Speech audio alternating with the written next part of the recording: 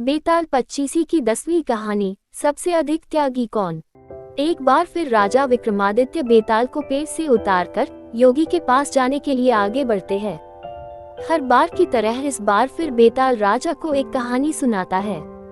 बेताल बताता है कि वीरबाहु नाम का एक राजा था जो छोटे छोटे राज्यों पर राज किया करता था।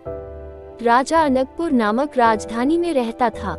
उसी राजधानी में अर्थदत्त नाम का एक व्यापारी भी रहता था जिसकी मदनसेना नाम की एक बेटी थी।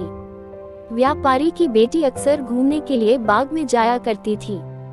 एक दिन एक युवक ने मदनसेना को बाग में देखा और देखता ही रह गया। वो मदनसेना से प्रेम करने लगा था और हर दम उसी के ख्यालों में डूबा रहता है। एक दिन हिम्मत करके युवक बाग में गया। वहाँ मदनसेना अकेले बैठी थी। उसने नव युवती को बताया, मेरा नाम धर्म सिंह है और मैं आपकी खूबसूरती पर फिदा हो गया हूँ। व्यापारी के बेटी ने उत्तर दिया, मुझसे तुम दूर रहो, मैं किसी और की अमानत हूँ। धर्म सिंह उसकी बात नहीं सुनता और उससे विवाह का आग्रह करता है। फिर मदनसेना बताती है, मेरा विवाह समुद्रदत्त के साथ तय हो गया है और मैं इस प्रस्ताव को स्वीकार नहीं कर सकती हूँ।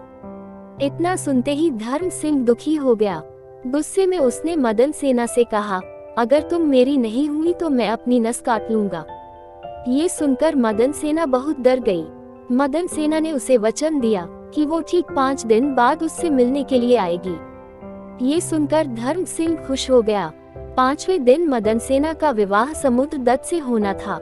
विवाह के सारे रीति रिवाज पूरे करने के बाद मदनसेना अपने पति समुद्रदत्त के घर चली गई, लेकिन उसे धर्म सिंह को दिया हुआ अपना वादा याद था। पति जैसे ही मदनसेना के पास जाता है तो वह उससे कहती है कि मुझे आपसे बहुत जरूरी बात करनी है। वो बताती है, मुझे एक लड़के से मिलने जाना है जिसे मैंने शादी से पहले आज के दिन मिलने का वचन दिया था। ये बात सुनकर समुद्रदत्त बहुत दुखी हो गया। उसने सोचा कि ऐसी महिला पर तो धिक्कार है जो पहले दिन ही दूसरे आदमी के पास जाना चाहती है।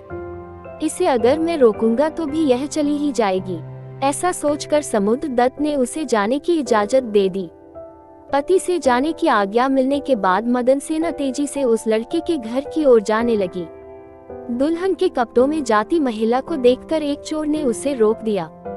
उसका पल्ला पकड़कर चोर बोला, कहाँ चली। मदनसेना डर गई। उसने चोर को कहा, तुम मेरे गहने ले लो और मुझे जाने दे।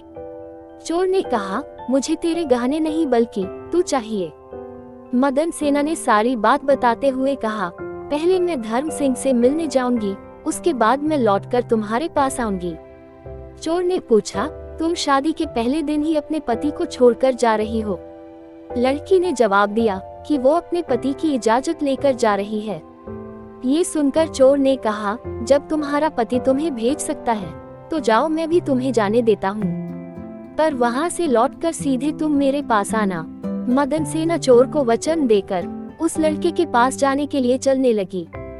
उधर मदनसेना का पति और चोर दोनों उसका पीछा कर रहे थे। चलते चलते मदनसेना धर्म सिंह के घर पहुंच गई। उसने मदनसेना को शादी के जोड़े में देखकर पूछा, अरे तुम मुझसे विवाह करने के लिए शादी का जोड़ा पहन कर आई हो। मदनसेना ने उसे बताया कि उसकी शादी हो गई है। इतना सुनते ही लड़के ने कहा, तुम कैसे अपने पति से बचकर यहाँ आ गई। मदनसेना ने उसे सारी बात बता दी कि वो किस तरह अपने पति से इजाजत लेकर आई है। ये सुनते ही धर्म सिंह ने कहा, तुम्हारे पति ने इतने विश्वास के साथ तुम्हें आने दिया है और अब तुम शादी करके किसी और की अमानत बन गई हो। प्रेम तो मैं तुमसे बहुत करता हूँ, लेकिन किसी और की स्त्री को हाथ नहीं लगा सकता, इससे पहले कि कोई तुम्हें देख ले। चोर और मदनसेना का पति दोनों छुपकर उनकी सारी बातें सुन रहे थे। जैसे ही मदनसेना धर्म सिंह के घर से बाहर निकलती है तो वह दोनों भी अपने अपने रास्ते पर निकल पड़ते हैं। मदनसेना लड़के के घर से निकलकर सीधा चोर के पास पहुंचती है। चोर उसे देखकर मन में सोचता है, ये कितनी पवित्र है, इसके साथ कुछ भी करना गलत होगा। साथ ही उसे धर्म सिंह के घर की बात भी याद आ जाती है। वो मदनसेना की सच्चाई और धर्म सिंह के त्याग को देखकर प्रभावित होता है और कहता है, जाओ अपने पति के पास यहाँ क्या कर रही हो। ऐसा कहकर चोर मदनसेना को उसके घर तक छोड़कर आता है। बेताल मदन सेना की कहानी रोककर राजा से पूछता है, हे राजन, अब ये बताओ, इन तीनों में से सबसे बड़ा त्याग किसका है? विक्रमादित्य कहता है, बेताल सबसे बड़ा त्याग चोर ने किया है। इतना सुनते ही वो राजा से पूछता है, कैसे? विक्रमादित्य कहता है, सुन बेताल, मदन सेना का पति उसे यह सोचकर जाने देता है कि ये दूसरे व्यक्ति के प्रति आकर्षित है, ऐसी स्त्री का क्या करना। धर्म सिंह उसे दूसरे की पत्नी समझकर छोड़ता है और उसे यह बोध भी था कि वह पाप कर रहा है। साथ ही इस बात का डर भी रहा होगा कि मदन सेना का पति सुबह होते ही उसे राजा से कहकर दंड न दिलवा दे। चोर को किसी बात का डर नहीं था, गहने से लदी स्त्री को उसने त्याग दिया। वो हमेशा से ही पाप कर्म करते आ रहा था, इस बार भी कर लेता तो उसका कुछ नहीं बिगड़ता। इसी वजह से चोर का त्याग बड़ा है। राजा का जवाब सुनकर बेताल बेहद खुश हुआ और बोला, राजन, तूने मुंह खोल दिया, अब मैं चला। इतना कहकर बेताल एक बार फिर से उड़